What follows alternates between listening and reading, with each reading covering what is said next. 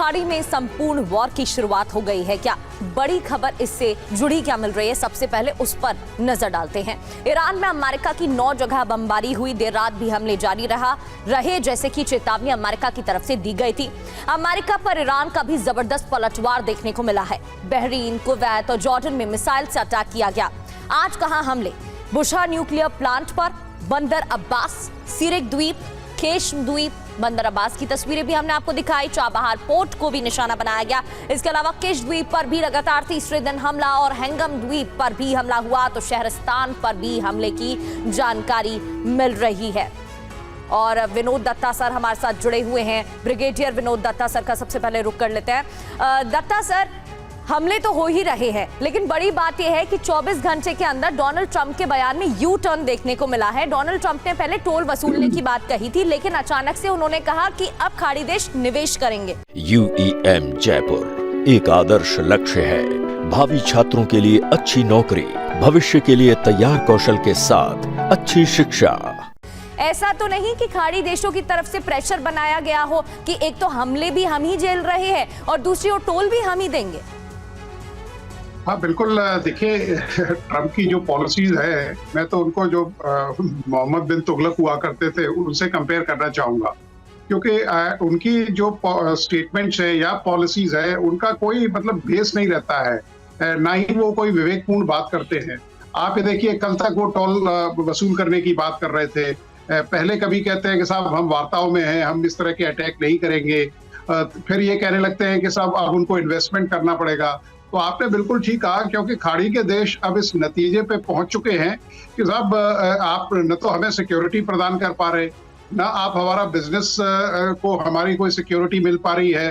तो ये सब बताता है कि economically, security point of view से और सोशली ऑल्सो भी उनका जो जिस तरह से मतलब उनको बहिष्कार हो रहा है या उनका जो लॉस हो रहा है वो खाड़ी देशों को वो नहीं है।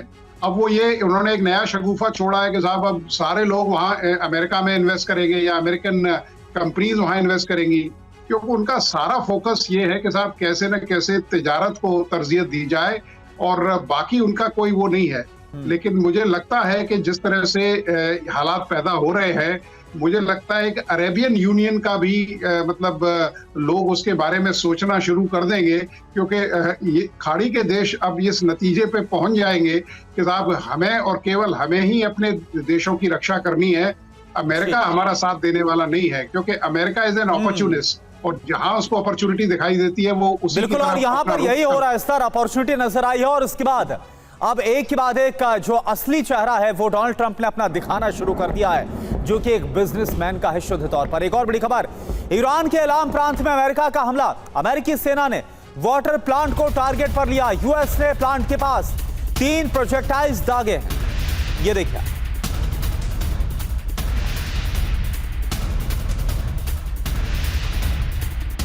और ईरान के सिरिक में अभी बड़े हमले की खबर मिल रही है। अमेरिकी सेना की सिरिक में भी बमबारी। सिरिक में हमले के बाद धमाके भी हुए हैं, एक के बाद एक धमाके यहां पर हुए हैं। तो अमेरिकी सेना की बमबारी जारी है, सिरिक में भी बमबारी की गई है।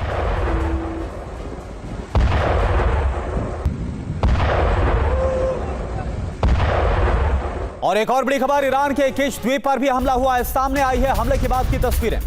अमेरिका के हमले के बाद धुआं उठता हुआ नजर आया। ये देखिए आप, ईरान के किश द्वीप पर भी हमला हुआ है और इसके बाद यह आग और धुआं उठता हुआ नजर आ रहा है।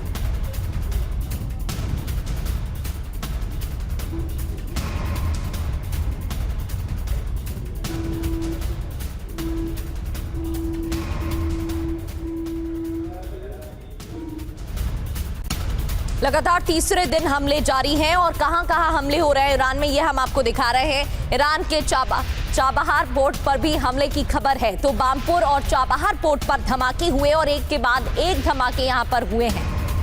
ये तस्वीरें देखिए, एक के बाद एक 8 धमाकों की आवाज सुनी गई है। इससे पहले किश द्वीप की तस्वीरें आपने देखी, सिरिक में भी हमले हुए और अब ये तस्वीरें चाबहार पोर्ट की आपको दिखा रहे हैं। चाहे अहवाज शहर हो, चाहे बंदर अब्बास हो, हॉर्मूज के पास भी इसी तरीके से हमले किए गए हैं।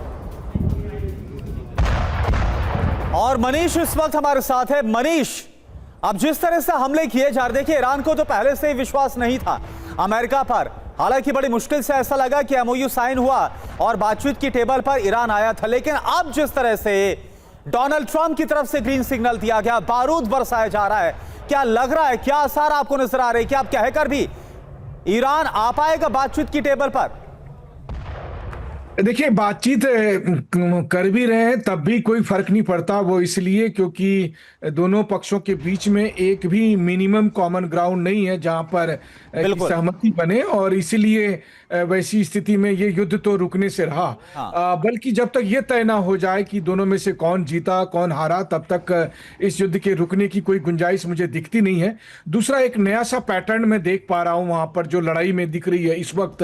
आप देखिए कि ईरान को पता है कि इजराइल पर अटैक इस वक्त उनके लिए रणनीतिक तौर पर सही नहीं होगा, इसलिए वो इजराइल पर अटैक नहीं कर रहे हैं, वो मिडिल ईस्ट के कंट्री पर अटैक कर रहे हैं। वो जान रहे हैं कि मिडिल ईस्ट के कंट्री की तरफ से अकेला अमेरिका ही लड़ पाएगा। मिडिल ईस्ट कंट्री की अपनी कोई वैसी ताकत नहीं है कि वो हमले कर सके, और इसका फायदा ईरान उठा रहा है। दूसरी बात, आप ये देखिए कि अमेरिका इसके इंतजार में है कि एक दिन ईरान के मिसाइल खत्म होंगे, ड्रोन खत्म होंगे और तब ईरान घुटने पर आएगा, जबकि ठीक इसका उल्टा हो रहा है।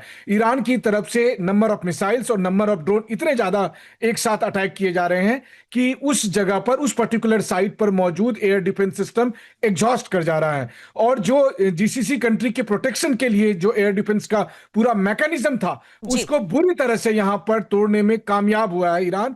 और यही वजह है कि आप देखिए डायरेक्ट हिट कितने हो रहे हैं, चाहे कुवैत में, बहरीन में, जॉर्डन में, काफी डायरेक्ट हिट आपको दिखाई दे रहे हैं। तो 40 दिन के जंग की तुलना में इस बार के जंग में ईरान को डायरेक्ट हिट के मामले में ज्यादा कामयाबी मिल रही है, और इससे मिडिल ईस्ट कंट्री को काफी नुकसान हो रहा है। बिल्कुल, ये चेंज तो यहां पर देखने को मिला है मनीष।